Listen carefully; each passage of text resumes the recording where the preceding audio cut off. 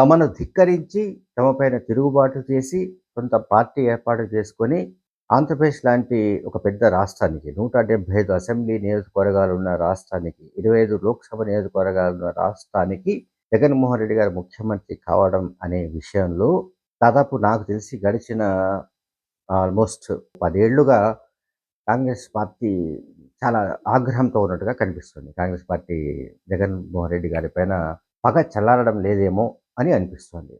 అందుకే కావచ్చు ఆయన చెల్లెలు అంటే నేను జగనన్న వదిలిన బాణంగా చెప్పుకున్న షర్మిల గారిని ఇప్పుడు అన్నపైకి ఉసిగొల్పడానికి కాంగ్రెస్ పార్టీ హైకమాండ్ నిర్ణయించుకుంది.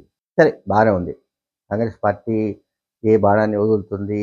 ఆ బాణం ఎక్కడికి వెళ్ళి ఎవరిని గుచ్చుకుంటుంది? ఏంటనేది పక్కన పెడదాం. అదొక చర్చ. ఆంధ్రప్రదేశ్ రాజకీయాలలో డైనమిక్స్ చాలా మారిపోతూ వస్తున్న విషయాన్ని కాంగ్రెస్ పార్టీ హైకమాండ్ గుర్తించాల్సింది. అట్లాగే ఆంధ్రప్రదేశ్‌లో కాంగ్రెస్ పార్టీ కంప్లీట్‌గా ఒక ఖాయిలపడ్డ పరిశ్రమగా మారిపోయిన విషయాన్ని కూడా మర్చిపోవడానికి వీల్లేదు. సో, అటువంటి సిక్వినెట్‌ను షర్మిల ఎట్లా పునరుద్ధరిస్తారు ఏమిటనేది మనకు తెలియదు. రాజన్న బిడ్డ అని ఆమె వెళ్తుంది అనుకుందాం. కాంగ్రెస్ పార్టీ తరఫున ప్రచారం చేస్తారు అని అనుకుందాం. మరి వైఎస్ జగన్మోహన్ రెడ్డి గారు ఎవరు? ఆయన రాజన్న బిడ్డ కాదా? రాజన్న బిడ్డ, రాజన్న రాజ్యం అంటే అది షర్మిల గారికి మాత్రమే పరిమితమైన వ్యవహారం. ప్రైవేట్ లిమిటెడ్ వ్యవహారం కాదు. వైఎస్ రాజశేఖర రెడ్డి లెగసీ అంటే వైఎస్ రాజశేఖర రెడ్డి సంబంధించిన ఆ వారసత్వాన్ని సంక్షేమ పథకాల రూపంలో కావచ్చు, పేద ప్రజలకు అందించే సౌకర్యాల విషయంలో కావచ్చు, దాన్ని ఆంధ్రప్రదేశ్‌లో జగన్మోహన్ రెడ్డి గారు కొనసాగిస్తారు. ఆంధ్రప్రదేశ్‌లో జగన్మోహన్ రెడ్డి గారి కారణంగా అదివరకున్న కాంగ్రెస్ పార్టీ దాదాపుగా 95% నుంచి 99% దాకా కంప్లీట్‌గా అది వైసీపీలోకి వెళ్ళిపోయింది. సో, అదివరకు కాంగ్రెస్ పార్టీలో పనిచేసిన నాయకులే వాళ్ళందరూ కూడా వైసీపీలోకి వెళ్ళిన విషయాన్ని మనం ఎవరం కూడా మర్చిపోవడానికి ఛాన్స్ లేదు. సరే, ఇప్పుడు వైసీపీలో ఉన్న పూర్వాశ్రమంలో కాంగ్రెస్ పార్టీలో పనిచేసిన వాళ్ళను షర్మిల వైపు మళ్లించడానికి ప్రయత్నాలు జరగొచ్చు. కానీ అది ఎంతవరకు సక్సెస్ అవుతుందనేది ఇంపార్టెంట్ పాయింట్. జగన్మోహన్ రెడ్డి గారు ఆల్రెడీ అధికారంలో ఉన్నారు. మళ్ళీ అధికారంలోకి రాదగిన ప్రయత్నాలు ఆయన చేస్తున్నాడు. అధికారంలోకి మళ్ళీ రాదగిన వ్యూహాలు, మళ్ళీ అధికారంలోకి తీసుకురాదగిన ఎత్తుగడలు, ప్రత్యర్థులను ఎట్లా చిత్తు చేయాలి అనే విషయంలో కరకుగా ఉండే జగన్మోహన్ రెడ్డి గారి నాయకత్వంతో తలపడే పరిస్థితి అక్కడ యాజ్ ఆన్ టుడే ఈ రోజు వరకు కాంగ్రెస్ పార్టీకి లేదు. షర్మిల రాగానే మొత్తంగా ఆంధ్రప్రదేశ్ రాజకీయాల రూపురేఖలు మారిపోతాయని మనం అనుకోవడం లేదు. అయితే విశ్లేషణలు జరుగుతున్నాయి. షర్మిల గారి రాక వల్ల ఆమె నిజంగానే కాంగ్రెస్ పార్టీ ఏపీ పగ్గాలు చేపడితే, ఇంకా దానిపై క్లారిటీ లేదు. అది పక్కన పెడదాం. చేపడితే జరిగే లాభ నష్టాలు ఏంటి అనే దానిపైన కూడా రకరకాల విశ్లేషణలు సాగుతున్నాయి. షర్మిల, జగన్మోహన్ రెడ్డి గారు ఇద్దరు కూడా YS Rajasekhara Reddy DNA, Congress party DNA.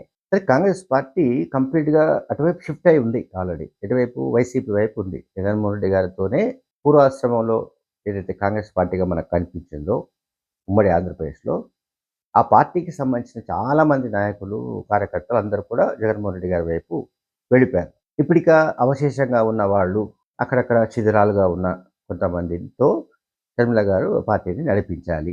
సరే, మంగళగిరి ఎమ్మెల్యే గురించి మనం ఇదివరకు కూడా చెప్పాము కొన్ని వీడియోలో. ఆయన బయటకొచ్చాడు. సరే, అట్లా మేబీ ఒంగోలుకు సంబంధించిన ఎమ్మెల్యే బాలినేని శ్రీనివాసరెడ్డి కూడా మరి చెప్పలేము. అంటే అదొక కొన్ని ఊహాగానాలు జరుగుతున్నాయి. ఆయన కూడా షర్మిల వైపు చూస్తున్నారని. షర్మిల గారి నాయకత్వంలో పనిచేయడానికి నిజంగా ఎంతమంది సిద్ధపడతారు? ఎంతమంది సిద్ధపడ్డా కూడా వాళ్ళు ఎంతమంది సక్సెస్ అవుతారు?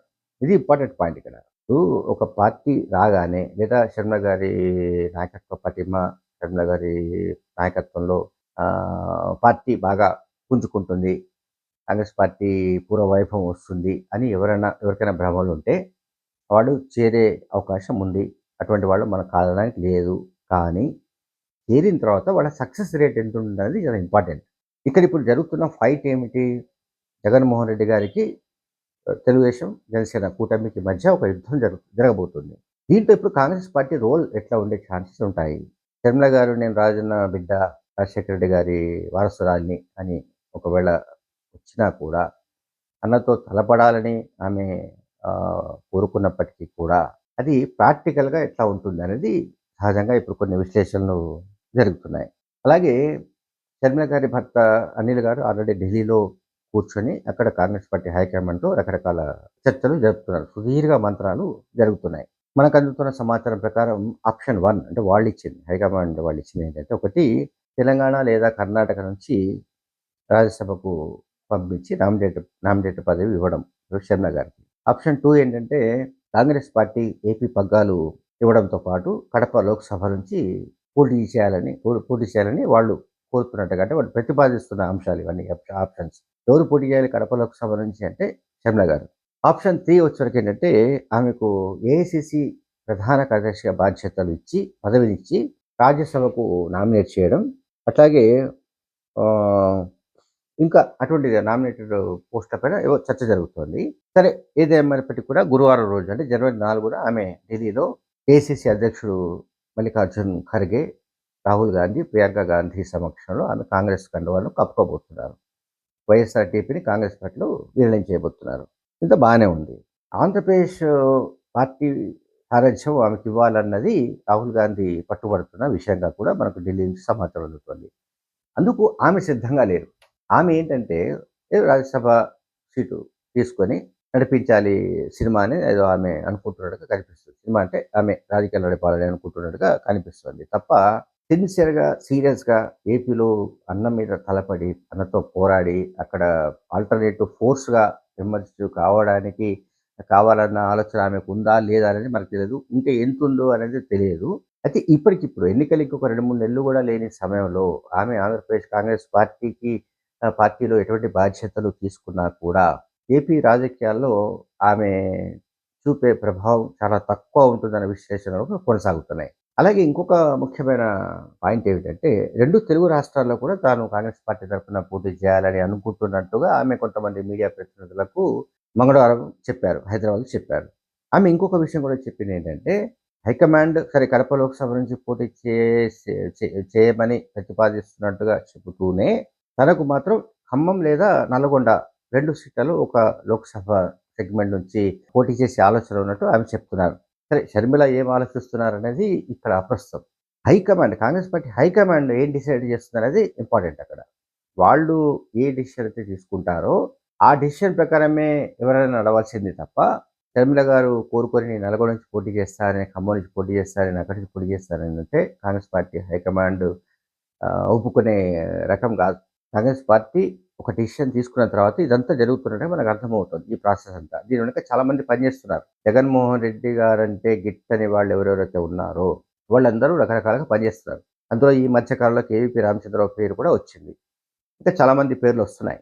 అంటే కాంగ్రెస్ పార్టీ ప్రముఖులుగా ఎవరైతే మనకు కనిపిస్తున్నారో, వినిపిస్తున్నారో, ఢిల్లీ స్థాయిలో వాళ్ళు కూడా పావులు కదుపుతున్నారు. ఎందుకంటే జగన్మోహన్ రెడ్డి గారు ఏంటంటే గడిచిన 5 ఏళ్లుగా, 55, 56 నెలలుగా ఆయన మిగతా ఎవరికి కూడా కొరుకుడు పడకుండా ఆయన సంప్రదాయేతర రాజకీయాలను నడిపిస్తున్నాడు. అది చాలా మందికి నచ్చటం లేదు. సంప్రదాయ రాజకీయాలు నడిపే వాళ్లకు సహజంగానే జగన్మోహన్ రెడ్డి గారి స్టైల్ నచ్చే అంశం కాదు. అందువల్లనే ఈ సమస్యను వస్తున్నట్టుగా కనిపిస్తుంది. చూడాలి అంతిమంగా ఏం జరుగుతున్నది చూడాల్సి ఉంటుంది. Thank you very much.